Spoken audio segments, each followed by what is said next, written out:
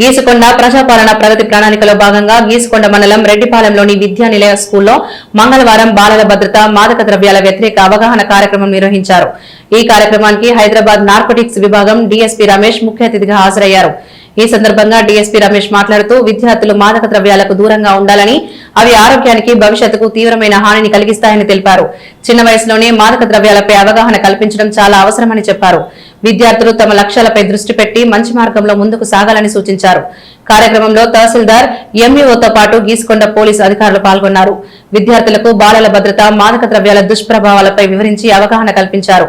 సుమారు 500 మంది విద్యార్థులు ఈ కార్యక్రమంలో పాల్గొని కార్యక్రమాన్ని విజయవంతం చేశారు.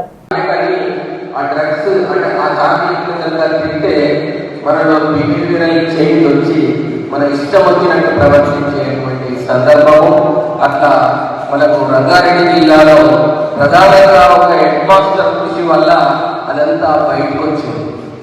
అంటే డ్రగ్స్ అనేది ఇప్పుడు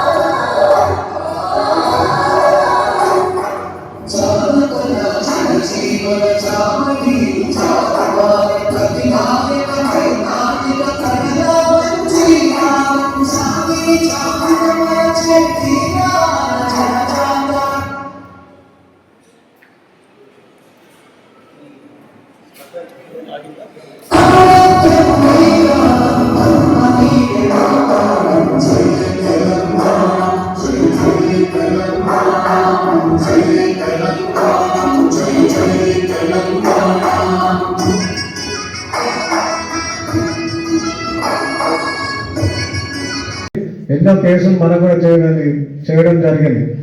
ఈ మధ్య నేను ఒకటి నల్గొండలో ఒక ఎంక్వైరీ చేశాను. కలెక్టర్ ఏం చెప్పాడు, స్కూల్లో ఏ సిగరెట్లు తాగుతున్నారు, పిల్లలు సిగరెట్లు తాగుతున్నారు నా కాంప్లైంట్ వచ్చిందని ఒక మీటింగ్లో ప్రతి నెల డ్రగ్స్ మీద